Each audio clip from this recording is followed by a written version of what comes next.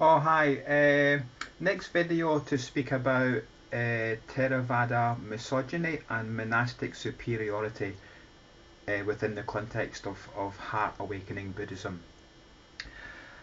Yet again, I want to applaud the brave stance taken by Ajahn Brahms and Ajahn Sujato and to applaud the community who supported them. And I'd like to kind of talk about the stance of resistance which has been currently taken by what I would politely call the Orthodox Theravada community. With the greatest of respect, I humbly suggest this issue has the potential to greatly help many women and men, or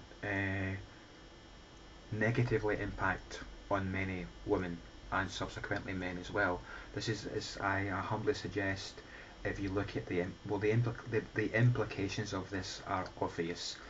The people who are standing against this movement and resisting this movement, in essence, they are standing against and resisting a movement which has the capacity to help in the future thousands of women. So it's an extremely serious thing.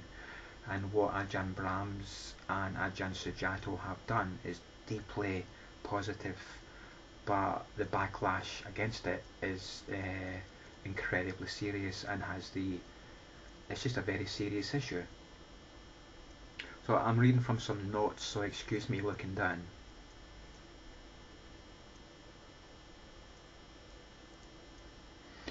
I suggest that the monks, as I think I mentioned earlier, the monks are prioritising their customs and traditions over the monks' rules.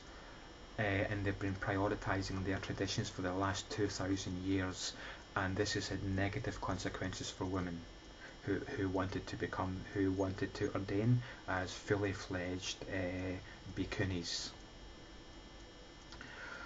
I suggest that the monastic Theravada community has both been perpetrating misogyny and justifying misogyny and would like to continue to do that. But unfortunately, because it's the nature of democratic law that it evolves in response to the needs of society. So because society, generally speaking, in the West is moving towards gender equity, I suggest that the stance by the Orthodox Theravada community is against gender equity. There's also a bigger issue of which I suggest is actually lays underneath the resistance to gender equity, and I suggest the bigger issue is that the monks believe they are superior and what they said should be accepted without challenge. As an ex-monk, I remember people bowing to me and me wanting to bow back, and Ajahn Pasanno, who's a senior Canadian monk, says, no, no, no, no, we don't bow back because we are superior to them. And this attitude is prevalent throughout the Theravada world. However, if you look at the Pali texts, according to Buddha, what makes one superior or not superior is not the clothes you wear. Buddha went to great lengths to define what is a true spiritual seeker, and the monks will be disappointed to know he didn't say that being a monk makes you a true spiritual seeker. He said what makes you a true. Well, he said the word Brahman, which is a renunciate, someone who renounces. According to Buddha, what makes you a true Brahma, a true renunciate, is attitude and actions. It's not the clothes that you wear or the rules that you follow. We only have to look at the wider monastic community to know that being a monk does not make you superior. For example, just 3 months ago, the Sinhalese army slaughtered thousands of innocent Tamils, and much of the slaughter was authorised by Buddhist monks, Sinhalese monks. So you don't have to look very hard to see that becoming a monastic doesn't automatically make you superior, and this is the attitude that many monks have.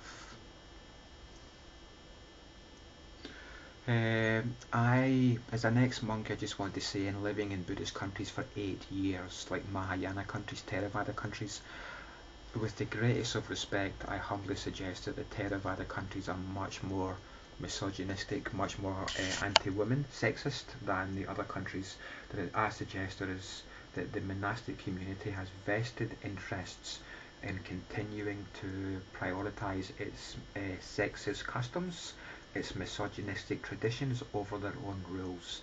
There is no justification for the monastic tradition denying women the opportunity for equal footing and an equal status.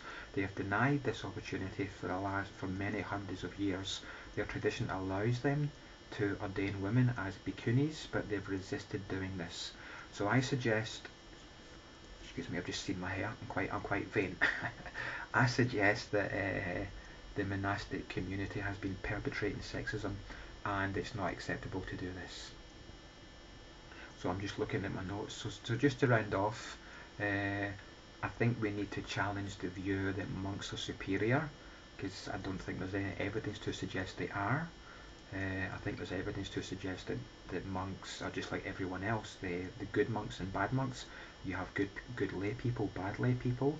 I think we also need to challenge the view that what monks, if we're practicing Buddhists, I think we need to challenge the view that what Theravada monks say can't be challenged.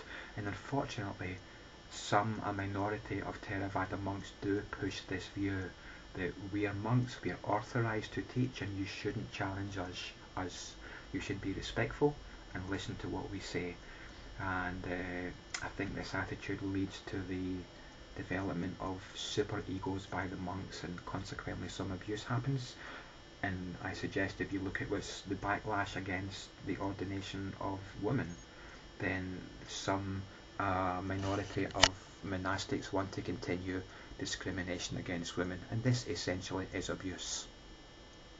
So I could waffle on, but I've said what I wanted to say. Okay, thank you for watching. Bye.